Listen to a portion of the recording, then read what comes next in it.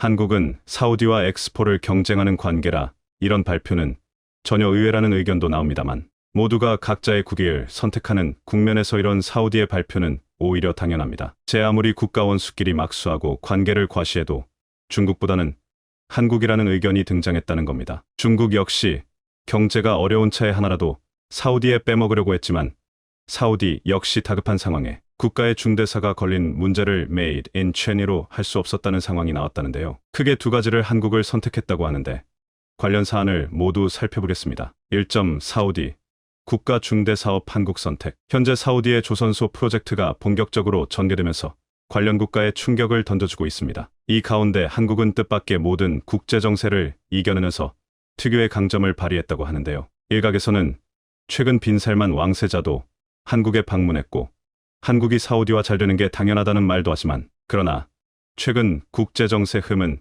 사우디에서는 아시아에서 가장 중국이 우선시되고 있다고 하는 겁니다. 따라서 이 가운데 한국은 사우디에 외면당하기 쉬웠는데 오히려 중국이 뒤통수를 맞은 격이기 때문이죠. 현재 일본 물론이고 중국이 외면당하고 현 시점에 왜 한국이 놀라운 결과를 내는지 궁금해지는데요. 우선 사우디는 최근 각종 프로젝트에 국가의 예산을 쏟아붓고 있는 와중으로 매우 행보가 바쁘며 실제 빈살만 왕세자는 작년에 한국에 와서 한국과 다양한 프로젝트를 추진할 것을 밝히긴 했습니다. 일단 지난해까지는 한국은 사우디와 분위기가 괜찮았다는 것이 중론이죠. 당시만 해도 한국 입장에서는 중국의 선수를 뺏긴다는 예상은 하기 어려운 시점이었습니다. 실제 그의 방안을 계기로 한국 기업이 사우디 정부기업 기관과 26개 프로젝트와 관련된 계약, 업무 협약에 모유를 맺은 상태며 총 사업 규모는 300억 달러 약 40조 원로 전해진 상황입니다. 빈살만 왕세자가 한국에 머무른 시간은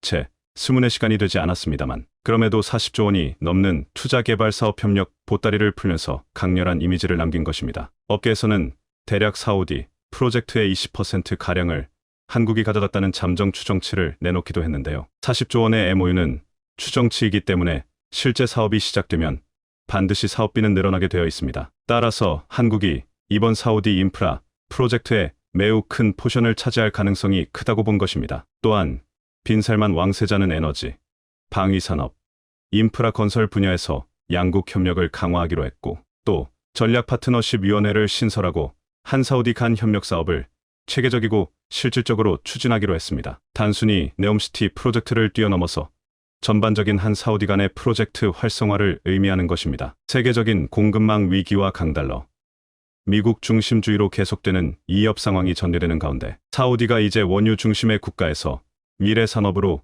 국가 패러다임을 전환하려는 그 기로에서 한국의 첨단 산업을 비롯해 각종 건설 노하우, 방산에 이르기까지 협력을 요청한 상황인 것입니다. 일단 사우디는 한국의 인프라 건설에 대한 강력한 믿음이 자리하고 있다는 것입니다. 실제 이미 70년대 중동 건설붐 당시의 사우디는 한국에 대한 특별한 기억을 갖고 있었습니다. 작년 사우디의 주요 신문사에서는 최근에도 한국인에 대한 기사를 냈습니다. 사우디 사람들은 1970부터 80년대 중동 건설붐이 불 때 부지런하고 손기술 좋은 한국인들을 기억하고 있는데 특히 당시 한국은 혹독한 사막기후에도 불구하고 공사기간을 제때 지켜내는 것으로도 유명했습니다. 또한 한국은 사우디 담수화 사업을 가장 상호간에 잘 도우며 수주도 많이 한 국가이기도 합니다. 사우디의 가장 중요한 물 문제를 해결하고 있는 건 한국이고 이는 네옴시아의 최우선 과제입니다. 게다가 사우디가 가장 걱정하는 것은 공사기간으로 실제 사우디의 상징인 제다타워 공기지연 문제가 있습니다. 제다타워는 세상에서 가장 높은 빌딩으로 세워져 사우디의 자존심을 세울 것으로 판단되었지만 코로나와 기타 여러 가지 문제로 아직까지도 일부 공사가 완공이 안 된 모습이 나타나고 있습니다. 2014년에 착공되었지만 이는 사우디의 자존심을 구겨놓고 네옴시티까지 의심을 사고 있습니다. 여러 전문가들은 사우디가 제다타워 하나도 제대로 완공을 못 시키는데 네옴시티가 되겠냐는 것입니다. 제다타워 수천 개 이상을 붙여놓은 게 네옴시티인데 이게 가능하겠나? 라는 의문은 합리적이기도 합니다. 사우디도 이걸 모르는 게 아니고 빈살만 왕세자가 무리수를 둔다는 생각이 제기되고 있습니다. 그러나 사우디는 이를 막대한 자금으로 무마하고 최고의 건설 국가를 기용할 방침인 것입니다. 결국 이 가운데 다뤄진 내용을 종합해보니 더 이상 다른 나라하고는 얘기할 필요가 없다는 것입니다. 실제 IT 분야와 오지, 첨단 반도체 공급 등은 삼성, SK스마트, AII 전기 차량 공급과 인프라는 현대차, 도시 전반 디스플레이와 배터리 공급은 LG, 건설은 포스코와 현대 컨소시엄 등 대부분의 미래 첨단 산업 분야 영역에서 한국은 사우디가 필요한 것은 모두 갖추고 있습니다. 실제 대기업, 총수들과 이러한 분야별로의 질문이 오갔으며 매우 만족한 것으로 확인된 상황입니다. 하지만 이렇게 방안을 잘하고 돌아간 사우디는 역시나 미국과의 문제가 계속 불거지게 되었습니다. 빈살만 왕세자 입장은 바이든 정부와의 관계도 좋지 않고 미국을 신뢰하기는 어려웠기 때문에 러시아와 중국과 친밀 행보를 보이기도 했고 시진핑 주석과의 관계를 깊이 가져갔습니다. 지난 12월 한국에 왔다가 돌아간 빈살만 왕세자는 시 주석을 대대적으로 환영하며 맞았습니다. 중국은 사우디의 최대 원유 수입 국가였으니 이러한 대접은 일면 당연한 것이었습니다. 바이든 대통령도 사우디에 방문했지만 사우디에서 한다는 말은 원유를 증산해 달라는 것이었고 사우디는 이제 원유를 사지도 않으면서 원유 패권을 침범하는 미국이 싫은 게 당연했죠. 사우디는 시 주석이 온 자리에서 광범위한 사업의 MOU를 체결하는 모습이었습니다. 하지만 이 와중에 사우디의 조선소 프로젝트는 다른 어떤 프로젝트보다 중요한 특성을 가지고 있습니다. 국가 기간 산업임은 물론인데다가 사우디는 이제 직접 유조선을 만든다는데 의미가 큽니다. 지금까지는 한국을 비롯해서 중국 등에서 유조선을 조달해왔으나 한국은 모든 슬롯이 차 있던 적이 많았고 중국이나 일본 등은 한국에 미치지 못한다는 판단도 있었기에 아쉬움이 있었던 것은 사실입니다. 그러나 사우디에 직접 조선소가 생긴다면 수십 척의 배를 동시에 건조하며 수출할 수도 있는 것이고 이는 가까운 중동 지역의 산유국에 배를 공급하고 프로젝트를 함께하는 것이 가능해진다는 말입니다. 그런데 이 프로젝트의 다름 아닌 한국의 현대, 중공업이 수백 명 인원 파견을 준비하는 것으로 알려졌습니다. 이는 한국의 조선산업 역사상 해외 조선소 최대 파견 인원으로 알려진 것입니다. 하지만 이 조선소 프로젝트에 중국은 직접적으로 참여하지 못하는 것으로 드러나고 있습니다. HD현대의 중간 지주사인 HD한국조선해양이 사우디, 조선소 IMI의 지분을 가지고 있으며 HD, 중공업이 사우디, 조선소의 기술 로열티 방식의 조선소를 진행하기로 최종 확정되었기 때문입니다. 이 가운데 중국의 조선소나 기술이 들어간다는 이야기는 끝내 배제된 것으로 알려졌습니다. 현재 아무리 사우디가 중국과 좋은 관계를 가져가더라도 국가의 기간 사업 조선소 프로젝트가 진행되는 것은 중국이 아닌 한국임을 분명히 한 것이며 이는 한국의 기술을 높게 사고 있음을 드러낸 것입니다. 저가 유조선을 찍어내는 중국이지만 이것을 사우디에서 만들 수는 없다는 이야기입니다. 사우디, 아람코와 합작한 현대 중공업의 IMI는 엔진 분야 및 다양한 조선 분야에 협력하기로 했고 이미 사우디, 아람코 측은 2019년 현대 오일뱅크에 1조 3천억을 투자해 2대 주주가 되기도 했습니다. 기업 간의 양자 간 두터운 신뢰가 있는 데다가 국가 간은 더욱 말할 필요가 없는 상황인 것이죠. 한국은 이로써 해외의 두 번째로 조선소 사업을 확장하는 국면으로 업그레이드되고 있습니다. 최근에는 베트남의 조선소를 통해서 물량을 더욱 확장해 나가는 모습을 보이고 있으며 이제는 사우디까지 벌크, 유조선 등을 대거 수주받아 100척 이상 생산해낼 것으로 목표하는 것입니다. 그 가운데 이제는 선진국형으로 기술 로열티를 챙기는 중간적 형태를 보일 것으로 전망됩니다. 일각에서는 그다지 한국 입장에서는 기술 유출만 되고 좋은 게 없지 않냐는 의견이 나오고 있습니다만 실제 베트남을 비롯해 사우디에서는 한국의 고부가 같이 선박은 생산하지 않을 것이 확실합니다. 다만 중국이 저가 수주로 밀고 나오는 것을 오히려 다른 나라에서 생산함으로 인해서 한국은 로열티를 받고 기존의 중국 때문에 수입이 줄었던 분야에 대해 돈을 챙기는 것이고 중국은 이로 인해서 파이가 줄어들고 되려 경쟁자들이 늘어난 셈이 될 것이기 때문입니다. 조선소 사업은 다들 군침을 흘리고 국가에서 추진하려고 하기 때문에 이 기회를 이용해서 한국은 대거 기술 로열티를 챙기는 방식으로 중소형, 벌크 선박 등을 가는 것도 중요합니다. 어차피 생겨야 하는 조선소들이라면 한국이 그 중심이 되어 사업을 추진한다는 것입니다. 또한 당분간은 유조선 성과도 높아질 것으로 보여 한국 입장에서는 큰 손해도 없다는 전망입니다. 2점.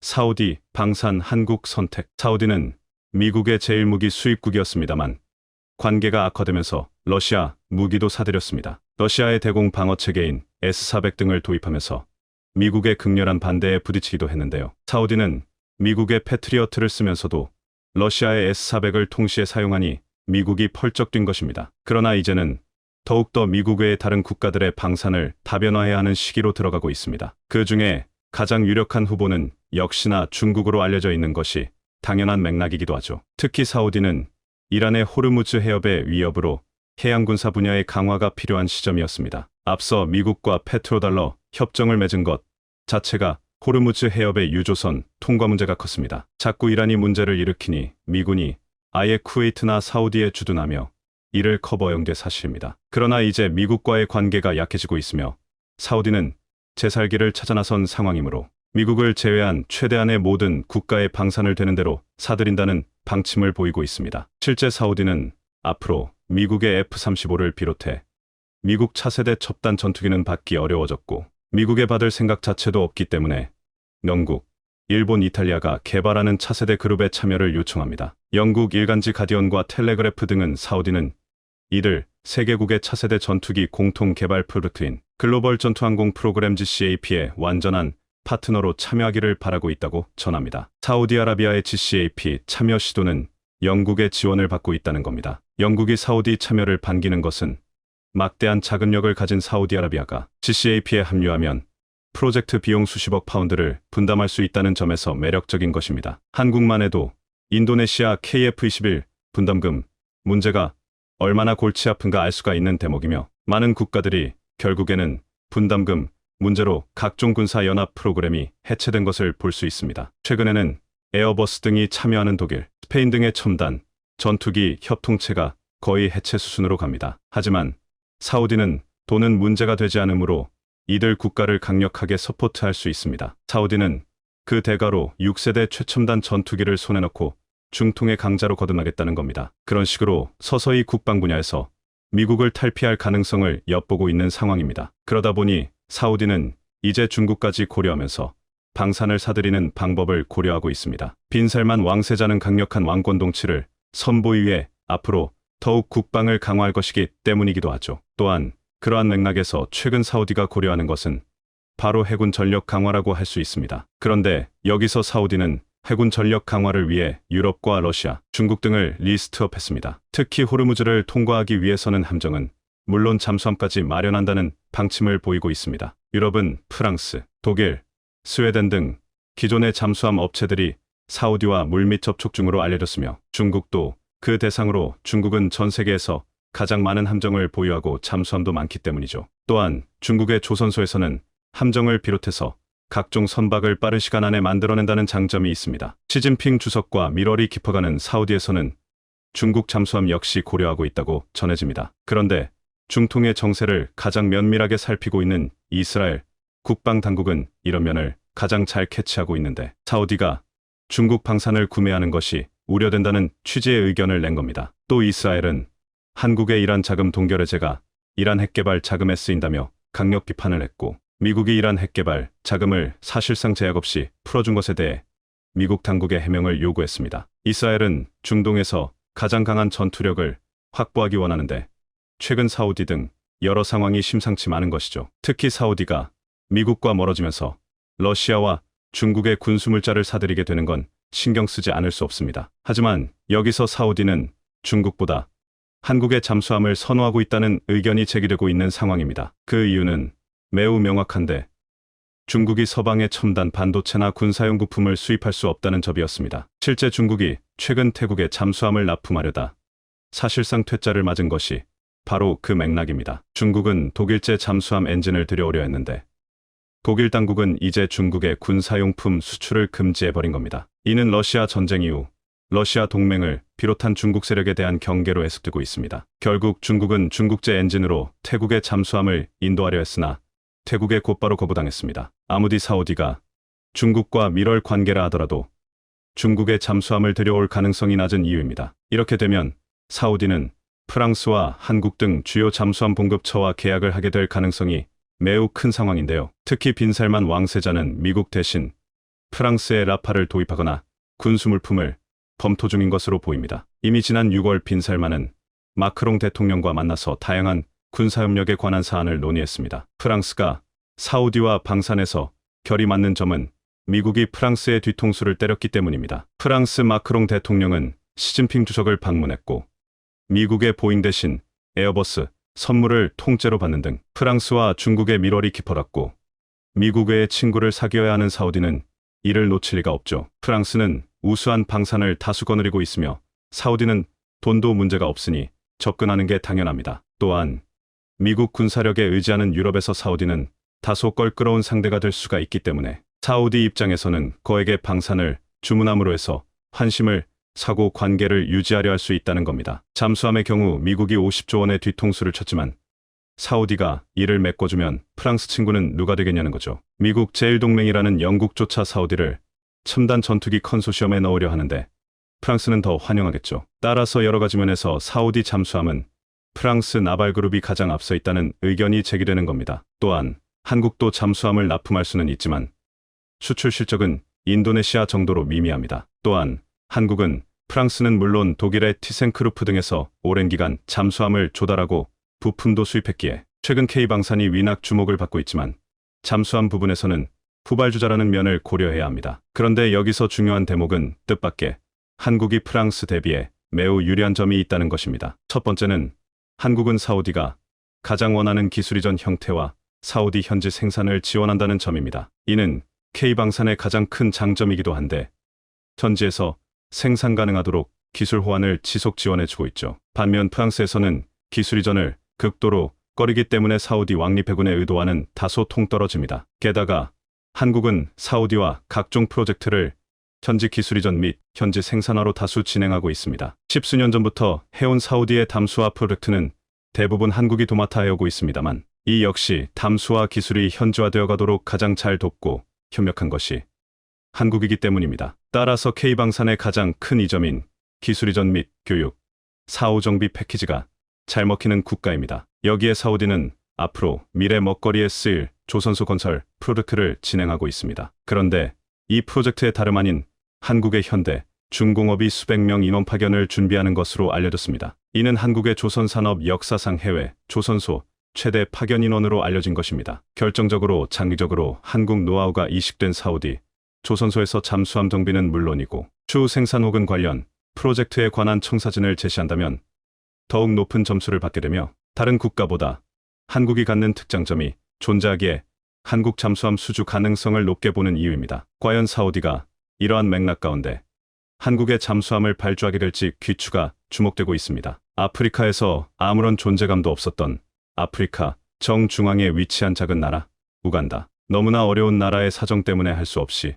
중국의 도움을 요청했고 중국의 나라를 통째로 맡겼는데요. 충격적이게도 중국이 우간다를 점령하자 수년 만에 우간다는 아프리카 내에서 가장 못 사는 나라로 전락해버리고 말았습니다. 이에 제대로 화가 난 우간다 국민들은 결국 최근 몇 년 전부터 중국을 몰아내기 시작했고 대신 한국을 선택했습니다. 자, 그런데 한국이 우간다에 상륙하자마자 놀라운 변화가 일어났습니다. 5천만 우간다 국민들은 KOREA MAD MIRACLE INUGANDA 한국이 우간다에서 기적을 만들었다라고 외치며 한국에 열광하기 시작했습니다. 우간다인들뿐만이 아닙니다. 아프리카에서 가장 못 살던 우간다가 한국 덕분에 순식간에 아프리카 최강국 1위로 급부상하자 다른 아프리카 국가들도 한국의 나라를 통째로 맡기겠다며 난리가 나버렸는데요. 도대체 한국이 무슨 마법을 부렸기에 이렇게 놀라운 변화가 일어나는지, 도대체 얼마나 변했길래 이렇게까지 난리가 난 것인지. 사람들은 아프리카를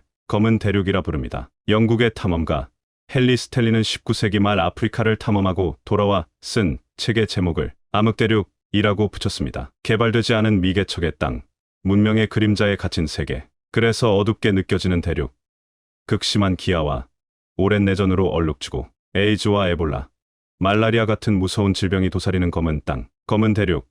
아프리카 내에서도 우간다는 가장 못 사는 국가로 전락해버렸습니다. 바로 중국 때문에 말이죠. 중국이 제시한 불공정한 대출 조항을 받아들이지 말았어야 했다. 얼마 전 마티아 카사이아 우간다 재무장관은 의원들 앞에서 고개를 숙였습니다. 최근 경제가 어려워져 중국에 빌린 돈을 갚지 못해 대출금으로 지은 공항이 중국에 넘어갈 위기에 처했기 때문이었습니다. 2년 전만 하더라도 중국의 자산을 뺏길 일은 절대 없다라며 자신만만하던 그는 이날 얼굴을 들지 못했습니다. 얼마 전 우간다 정부는 우간다의 유일한 국제공항인 엔테베 공항을 확장하기 위해 중국 수출입은행에서 2억 달러, 약 2,400억 원을 빌렸습니다. 중국이 야심차게 추진하는 1대1로 2다1로 육상해상 실크로드 사업의 일환이었습니다. 하지만 채무를 상환하지 못하면서 불공정한 조항이 드러났습니다. 중국이 개발도상국을 빚더미에 앉게 주요 자산을 빼앗아간다는 비판이 나오는 이유입니다. 결국 터질 것이 터져버렸습니다. 5천만 우간다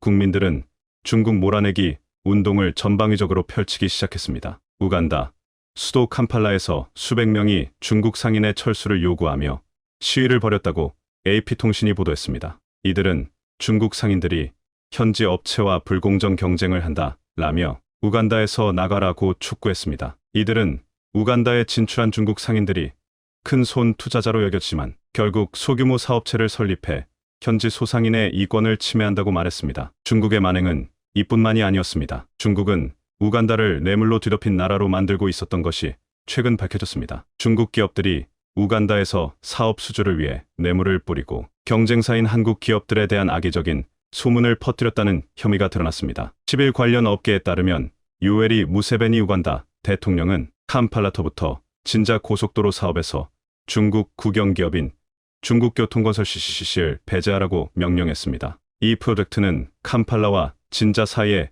95km의 유료 고속도로를 건설하는 민관협력 사업 PPP입니다. 총 사업비는 10억 달러 규모입니다. 중국교통건설은 지난해 입찰 과정에서 수주 가능성을 높이기 위해 뇌물을 제공한 혐의를 받고 있습니다. 특히 중국교통건설은 경쟁사에 대해 허위 사실을 유포했다는 의혹을 샀습니다. 논란이 커지자 무세베니 대통령까지 나서 우간다 공공사업부에 중국교통건설과 계약을 맺어서는 안 된다고 주문한 것입니다. 무세베니 대통령은 캄팔라터부터 진자 고속도로 사업의 부패 요소를 받아들일 수 없다고 결정했다라며 의심되는 사항이 있거나 현재 조사가 진행 중인 업체를 선정해서는 안 된다라고 강조했습니다. 그러면서 그동안 중국 기업들이 우간다 고위 관료들과 뒤에서 몰래 손을 잡고 우간다를 부정부패가 득실거리는 나라로 만든 것에 대해 크게 분노했습니다. 중국이 우간다를 지배한 뒤 우간다는 1인당 국내 총생산 GDP 약 710달러의 극저소득 국가로 전락하고 군사 쿠데타와 격렬한 내전, 제노사이드 집단 대학살, 독재자의 장기 집권 등으로 나라가 완전히 망가질 대로 망가져 버렸습니다. 자, 그런데 우간다가 중국을 몰아내고 한국의 나라를 통째로 맡기는 파격적인 결단을 내리면서 기적이 일어났습니다. 가장 먼저 일어난 놀라운 변화는 바로 얼마 전까지만 해도 식량 부족으로 인구 절반 이상이 배고픔과 하루하루 싸우고 있었는데 한국이 상륙한 지 얼마 지나지 않아 갑자기 식량이 넘쳐나며 우간다 5천만 국민 모두가 배불리 지내게 되는 마법이 일어났습니다. 우간다에서 쌀 농사를 짓는 우간다인 A씨는 한국산 통일벼를 우간다에 심었더니 수익성이 3배나 증가했다라며 한국 덕분에 부자가 됐다고 기뻐했는데요. 한국이 우간다 기후에 맞춰 새롭게 만든 통일벼는 아프리카인 입맛에도 딱 맞고 수확량이 대폭 늘어났을 뿐만 아니라 요리할 때 물과 기름이 훨씬 적게 들어가 물과 기름이 부족한 아프리카에서 폭발적인 인기를 얻고 있습니다. 한국의 농진청은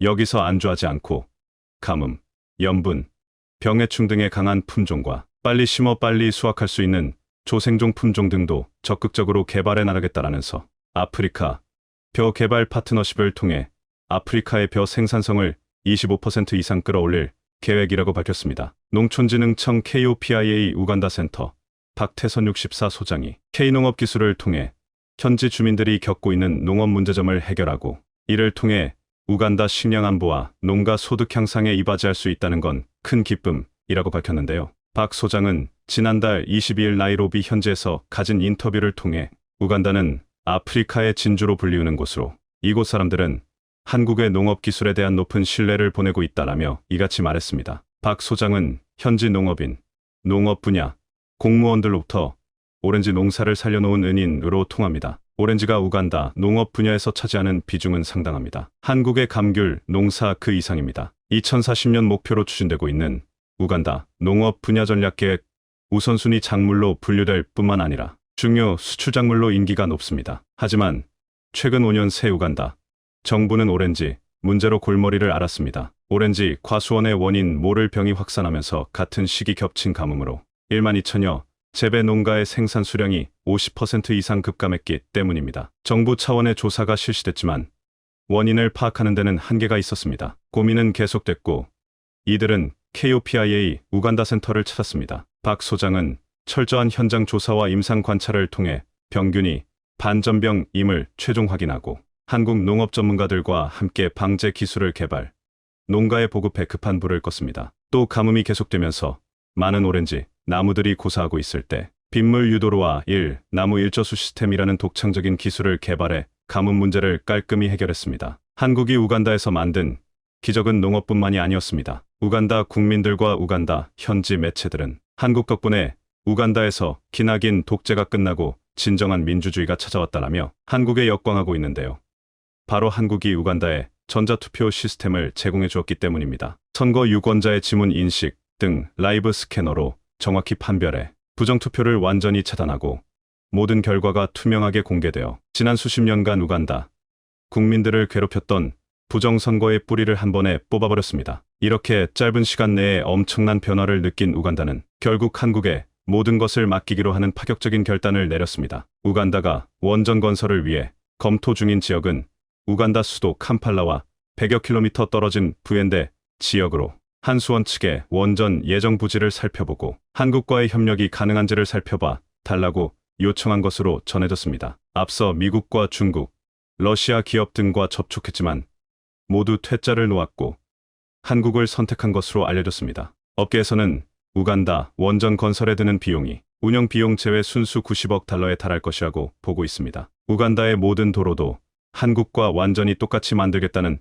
파격적인 결단을 내렸습니다. 한국도로공사 사장 이강래는 민간 기업인 경동엔지니어링과 함께 컨소시엄 팀 코리에를 구성, 우간다 정부가 발주한 우간다 고속도로 개발 마스터 플랜 컨설팅 사업을 수주했다고 밝혔습니다. 사업 범위는 미래 고속도로망 구상 사업 우선순위 결정, 고속도로 법체계 정립, 정부 공무원 기술 교육 등으로 이뤄져 있으며 한국도로공사와 경동엔지니어링의 전문가 27명이 참여합니다. 한반도와 비슷한 면적이 14만 1000km의 13만 km의 도로망과 600km의 고속도로망을 가지고 있으며 향후 20년간 2만 km의 도로망 확충 계획을 준비하고 있는데요. 우간다 정부 관계자들은 한국처럼 미래형 국가로 거듭나고 싶다. 한국의 도로를 우간다에 그대로 복제해달라 요청한 것으로 전해졌습니다. 우간다 금융시장도 한국이 장악했습니다. 바로 한국의 새마을금고가 우간다에 최초로 진출해 우간다 국민들로부터 열광을 받고 있는데요. 금융에 대한 개념도 제대로 안착되지 않았던 우간다에서 새마을금고는 설립 1년 만에 금융협동조합으로 성장했고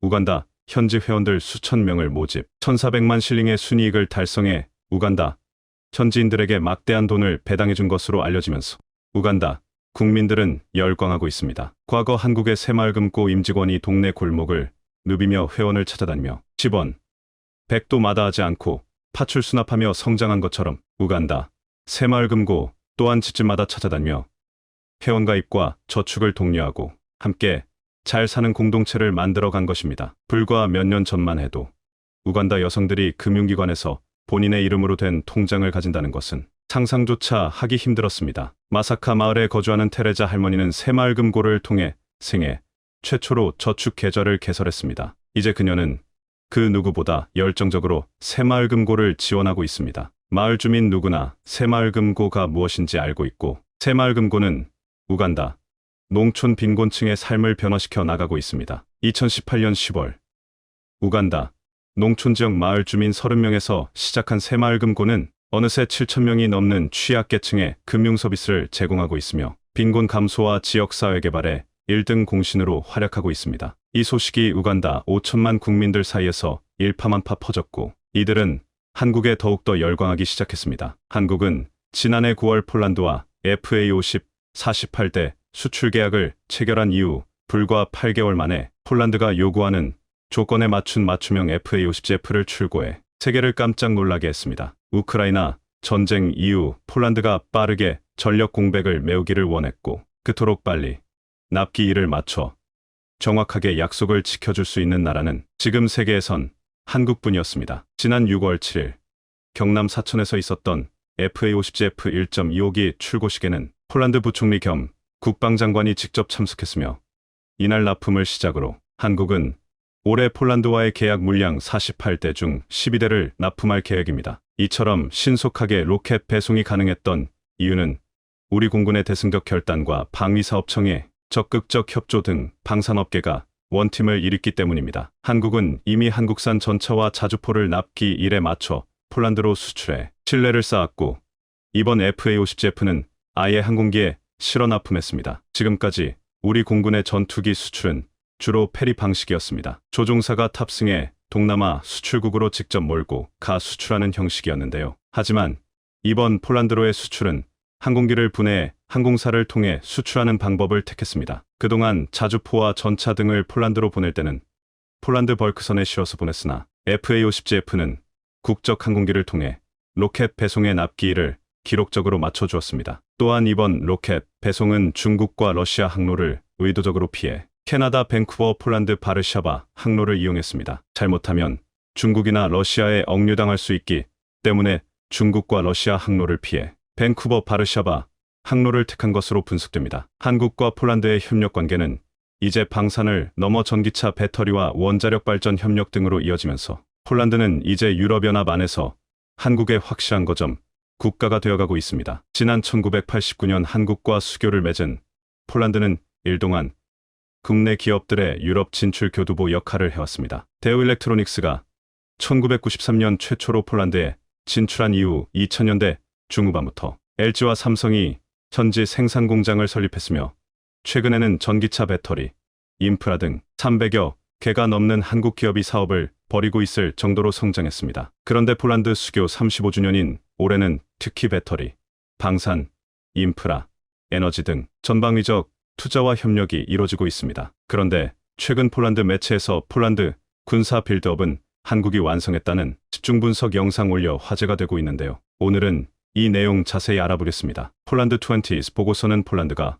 왜 이렇게 군사력 증강에 골몰하게 된 것인지, 그리고 폴란드 군사력 증강에 한국은 어떠한 역할을 하고 있는지를 집중 분석한 영상을 올렸습니다. 다음은 그 주요 내용입니다. 우크라이나 전쟁 이후 폴란드는 특히 1,300억 달러가 넘는 군비 증강 프로그램을 실행했습니다. 한국은 유럽의 중심에 새로운 국가 블록을 형성하려는 바르샤바의 더 넓은 계획이 될 수 있습니다. 바르샤바 정부는 20개 이상의 중요한 조달을 이행하는 과정에 있습니다. 이것은 대부분 기술 현대화에서 비롯됩니다. 2017년에서 2026년 사이에 폴란드 군대의 현대화를 정의하는 문서를 보면 항공기를 시작으로 세계 최고의 다목적 항공기, 전차, 자주포 등을 구매해 폴란드가 이제부터라도 서유럽 주변국의 위치에서 벗어나 중심으로 도약하려는 의도를 엿볼 수 있습니다. 소련 MiG-29를 대체하도록 설계된 미국산 F-35 또는 한국산 FA-50.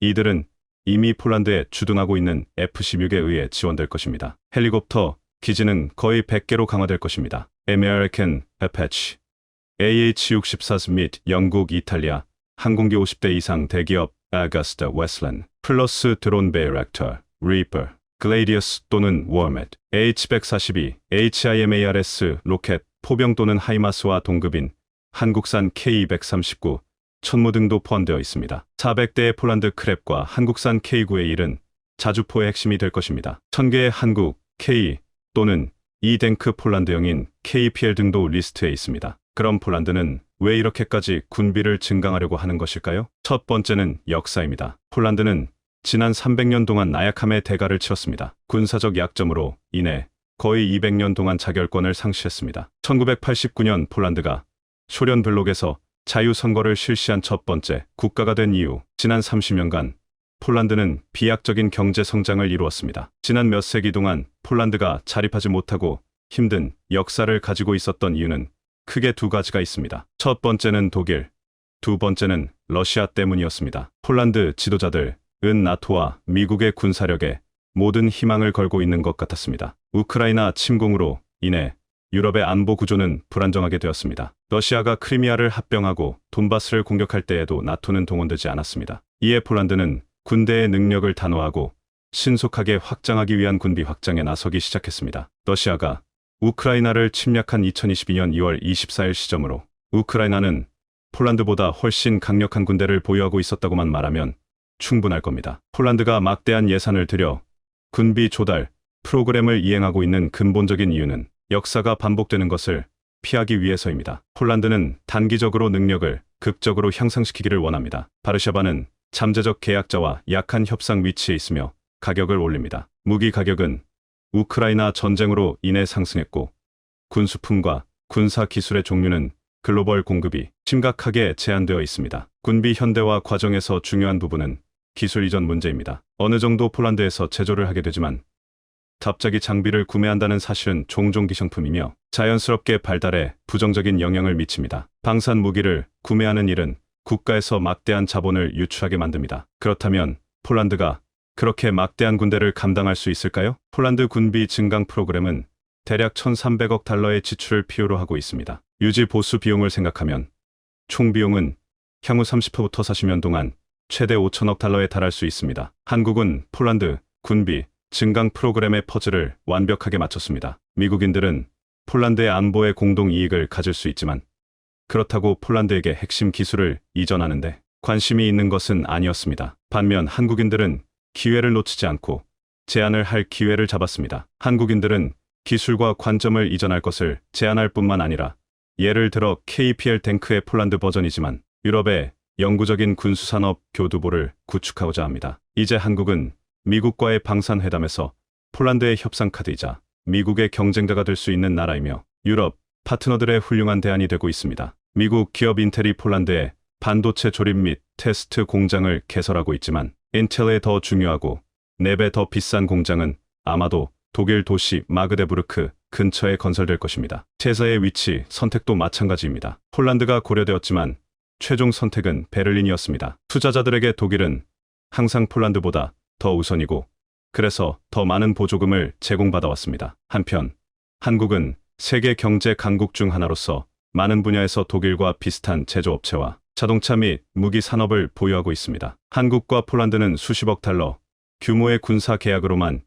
협력하고 있는 것이 아닙니다. 이미 한국의 대기업 LG는 브로츠와프 인근에 유럽 최대 배터리 공장을 보유하고 있으며 폴란드의 에너지 전환에는 한국의 한수원과 협력하여 건설한 원자력 발전소가 포함됩니다. 현재 폴란드와 한국은 전기차를 비롯한 자동차 분야 협력도 논의하고 있으며 현재 한국과 39억 유로 규모의 14개 투자 프로젝트가 진행 중입니다. 이것이 결실을 맺는다면 폴란드에 5,500명의 고용 효과가 있을 것입니다. 이것은 자연스럽게 베를린, 바르샤바, 서울 삼각관계의 경합 지점으로 이어집니다. 특히 한국의 참여로 원자력 발전소를 건설하게 됩니다. 미국 웨스팅하우스와 한국 한수원이 폴란드에 원자력 발전소를 건설할 예정입니다. 폴란드는 이러한 한국의 기술을 사용하여 군대를 개혁하고 투자가 이뤄진다면 이 지역에서 지금까지 독일의 하청업체 지위에서 벗어나 중심부로 나아갈 수 있고 지역 국가들에 걸쳐 중간 규모의 안보 우산을 확장하며 아마도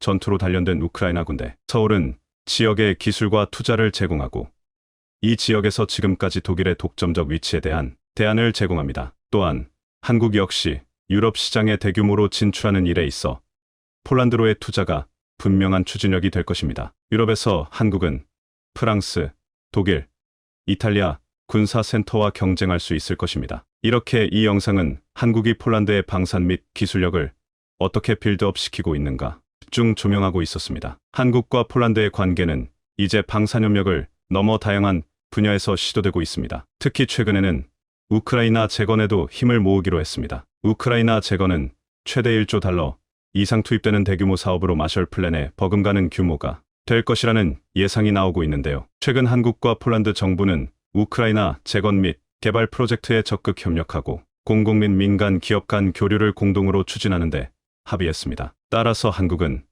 한국해외인프라도시개발지원공사 KIND에 바르샤바 사무소를 개소하고 현지 공관의 인프라 전담 인력도 파견할 계획입니다. 또한 이번 나토 정상회담에서 동유럽 국가들은 한국의 방산 및 신기술에 대해 지대한 관심을 보였는데요. 특히 레이저 강국인 리투아니아는 바이오를 포함한 첨단 산업 분야에서 한국과의 협력을 요청하는 것은 물론 한국의 반도체 디스플레이 기업과의 협력은 물론 한국산 자주포 등 국내 무기체계에도 큰 관심을 보였다는 후문입니다. 이와 같이 이번 나토 정상회담장에서 유럽 국가들이 한국의 투자와 방산 수출에 대한 요청이 쇄도했다고 알려져 작년에 이어 올해도 한국의 방산 수출 전망은 밝아졌고 한국이 세계 4대 방산 수출국으로 도약하는 일이 현실화되어 가고 있음을 보여주었습니다. 우크라이나 러시아 전쟁으로 싸늘해진 국제사회, 누구의 편을 들지 않으면 생존하기 어려운 정글이 되었는데요. 이런 가운데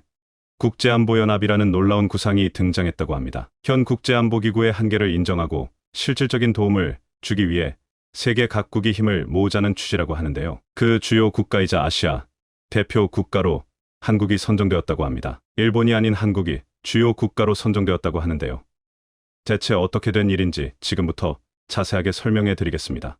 신냉전. 처음 이 단어가 등장했을 때 많은 이들은 구시대의 언어가 등장했다며 아직 시기상조라는 이야기를 꺼내기도 하고 국제사회가 형성해 놓은 평화기조 아래 냉전은 다시 등장할 일이 없다는 학자들의 분석도 잇따랐죠. 그러나 우크라이나 러시아 전쟁 이후로 모두 깨닫게 되었습니다. 좋든 싫든 이 전쟁으로 촉발된 진영 갈등으로 새로운 신냉전이 이미 시작되었고 각 국가는 이 갈등 속에서 하나의 진영을 선택하거나 혹은 독자적인 길을 걸어야 한다는 것을 말이죠. 실제로 북대서양조약기구 나토는 올해 6월 마드리드에서 열린 정상회의를 통해 러시아는 회원국의 안보에 가장 심각하고도 직접적인 위협이라는 문구를 전략 개념 문서에 기입하며 신냉전을 공식화했습니다. 2010년대 나토가 러시아를 파트너로 규정했던 것과 달리 10년이 지난 지금 순식간에 러시아는 적이 되었습니다. 나토는 또한 중국도 신냉전의 한 축으로 중국을 지목했죠. 미소양 진영의 냉전이 과거의 유물이라면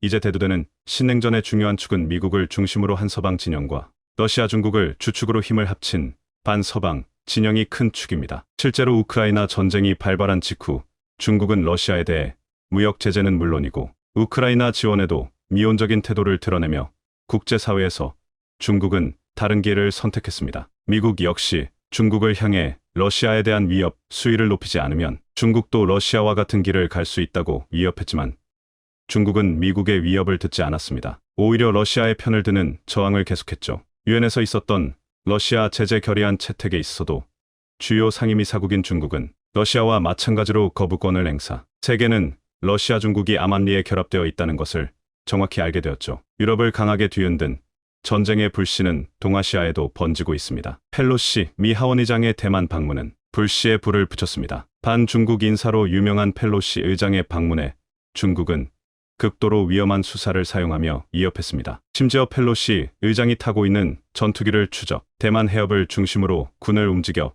포격을 가하는가 하면 대만을 상대로 무역 제재에 들어가는 모습을 보이며 단순한 방문조차 허락하지 않는 모습을 보였죠. 미군 역시 함대를 추력하며 펠로시 의장을 보호했고 그녀가 미국으로 돌아가기 전까지 중국은 대대적인 군사훈련을 진행, 미국과 대만을 상대로 위협을 가하는 모습을 보였습니다. 심지어 최근 전력 보강을 위해 핵실험은 물론 항모 6척을 동시에 건조하는 모습을 공개하며 미국을 상대로 밀리지 않는다는 굴기의 자세를 선보였죠. 강성 위협이 잇따르는 가운데 미국을 비롯한 서방 세계는 전통적인 조직을 활용하거나 새로운 조직을 신설하며 합종연행을 구축하고 있습니다. 조 바이든 대통령은 이런 외교적 전술을 잘 활용하고 있는데요. 오커스의 UKUS를 설립해 군사적으로 중국을 압박하기 위해 호주와 협력하는 모습을 보이는가 하면 경제적으로 IPF를 새로 설립해 압박하는 전략을 구사했습니다. 하나는 어려우나 여럿은 상대가 가능하다는 원칙으로 미국은 중국을 상대하는 데 있어 리스크를 줄이고 이득을 강화하는 방향으로 움직였죠. 그러나 이러한 전략은 한계를 보였습니다. 미국 일변도에 유리한 정책을 감내하는 이들이 예전과 다르게 없어졌기 때문이죠. 새로운 질서와 새로운 리더십이 필요하다고 말하는 이들이 증가했습니다. 인도의 경우 미국이 제안한 IPF 협력에도 고개를 기울이는 한편 러시아 중국과 협력하는 자세를 보이면서 중립 외교에 나서는 것이 대표적이죠. 인도를 압박하고 싶어도 미국의 불신을 표현하는 인도를 압박하는 것은 미국 입장에서도 큰 부담입니다. 이런 가운데 새로운 질서 수립과 이를 가능하게 하는 대규모 조직의 필요성이 대두되었는데요. 놀랍게도 이 조직의 주요 멤버로 한국이 참여하게 되었다고 합니다. 국제안보연합 Intercontinental Security Union ICSU이 바로 그 조직입니다. 이전에도 많은 국가에서 초국가적인 안보협력 단체를 주장하며 이들에게 힘을 실어 테러나 전쟁 등 국지적 사태의 사전적인 조율이 가능한 조직의 필요성을 제기한 바 있습니다. 실제로 필요에 의해 생겨난 조직이고 지금도 그 영향력을 행사하고 있는 북대서양조약기구 NATO는 이러한 취지 하에 생긴 조직이죠. 원래는 냉전이 시작되던 1949년 집단안전보장조약인 북대서양조약에 의해 탄생한 군사동맹이 그 시작입니다. 처음에는 미국과 서유럽의 소규모 국가만이 참여했지만 확장하는 소련의 정책에 두려움을 느낀 유럽 국가들이 자발적인 참여를 한 덕분에 규모가 늘었죠. 그리고 이번 우크라이나 러시아 전쟁으로 이내 나토의 중요성과 나토에 가입하는 이들이 생겨날 정도로 그 중요성이 점점 커지고 있습니다. 우크라이나가 처음부터 나토에 가입된 국가였다면 전 유럽이 우크라이나에게 군사 지원은 물론이고 러시아를 향해 전면 압박이 가능했을 것입니다. 그러나 그러지 않은 탓에 우크라이나는 러시아의 침공에 유럽 국가의 응전을 바랬으나 나토에 소속된 국가들은 우크라이나가 나토 소속 국가가 아니라는 이유로 인도적인 지원에 그치거나 몰래 자원을 보내는 우회책을 써야 했죠. 덕분에 중립국의 위치를 차지하며 서방과 러시아 진영 두 축에서 이득을 보던 스웨덴과 핀란드가 이에 놀라 나토에 가입하는 일이 벌어졌죠. 결국 한 편을 선택해야 하는 신냉전의 논리에 굴복한 것입니다. 스위스도 최근 중립국이라는 정체성을 버리며 러시아 편을 드는 것이 아니라 미국과 나토 위주의 정책에 손을 들며 진영을 확실하게 정했습니다. 유럽안보협력기구나 러시아가 주축으로 결성된 집단안보조약기구 CSTO 역시 비슷한 개념으로 진영을 구축하면서 동시에 같은 편을 만들려는 목적을 충실하게 이행했습니다. 하지만 한계는 분명했죠. 유럽과 미국 위주의 주도 세력이 이끌고 있었기에 아프리카나 아시아 등 주요 세력들이 자리 잡고 있는 곳들을 포용하기에는 협소한 세력이었습니다. 협력국이라는 명칭으로 이들을 끌어안으려고 했으나 주요 파트너 국가는 아니죠. 그렇기에 미국 유명 싱크탱크 브루킹스 연구소 소속 브루스 클링너 선임연구원과 패트리샤 킴 선임연구원은 대륙간 안보 협력 기구의 창설에 대한 논의를 하며 미국을 비롯해 한국, 동남아시아, 인도 등 전략적으로 중요한 국가를 아우르는 국제안보연합 ICSU를 제안했습니다. 다른 기구들과의 차별점으로 이 단체는 미국 주도의 단체가 아니라는 점인데요. 주요 5개 국가를 중심으로 이들이 당면 과제를 비롯해 저강도 테러리즘과 국제 분쟁의 주요 문제를 다룰 것을 지정했죠. 미국도 포함되어 있지만 아시아를 대표하는 국가로 한국이 포함된 것입니다. 특히 주요 동맹국으로서 날이 갈수록 커지는 위상과 함께 경제적, 군사적으로 중요한 관계를 점하고 있는 한국의 참여는 필수라고 본 것이죠. 그리고 이를 실천할 수 있는 다국적군의 창설을 논의했습니다. 과거 확고한 지원 업무 Resolute Support Mission을 모태로 이후 후속 조직을 창설, 분쟁 지역의 무력이 필요할 경우 국제안보연합 소속 조직이 국가의 무력을 행사할 수 있게 실질적인 도움을 줄 수 있게 조직을 운영하겠다는 것이 포인트입니다. 실제 국가의 반대에 부딪혀 도움은 물론이고 제때 군사를 파견할 수 없어 재앙이 벌어졌던 과거의 사례를 다시 반복하지 않기 위해 협력국들의 양해를 받고 문제시 개입할 수 있게 한다는 것이 구상에 포함된 것입니다. 이렇게 된다면 과거 미얀마 군부가 민주정부를 무너뜨리고 로는 다시 과거의 독재로 돌아가려고 할 때 이를 막고 군사적으로 아웅산 수치 정부를 복원할 수 있게 됩니다. 한국이 이 임무에서 중요한 축을 담당할 수 있는 것인데요. 조 바이든 대통령은 브루킹스 연구원의 구상에 대해 깊은 관심을 표현함과 동시에 WASH 나토 조직으로 할 수 있는 한계를 극복하고자 초국가적인 국제안보연합 창설과 관련 관계자들을 소집해 논의를 이었다고 합니다. 논의 과정에서 일본은 배제되었다고 하는데요. 과거 일본이 동아시아에서 저지른 범죄 사실 때문이라고 합니다. 일본에 대해 반감을 가진 국가들이 상당한 가운데 국제안보 조직의 일원으로 참석하기 어렵다는 내부 의견이 있었다고 하죠. 국제안보연합의 주축으로 자리 잡게 될 대한민국. 한때는 회원국으로서 참가조차 어려웠던 처지였지만 이제는 국제사회의 주요 일원으로 영향력을 발휘할 수 있게 되었는데요. 한국의 국제안보연합 가입을 응원하겠습니다.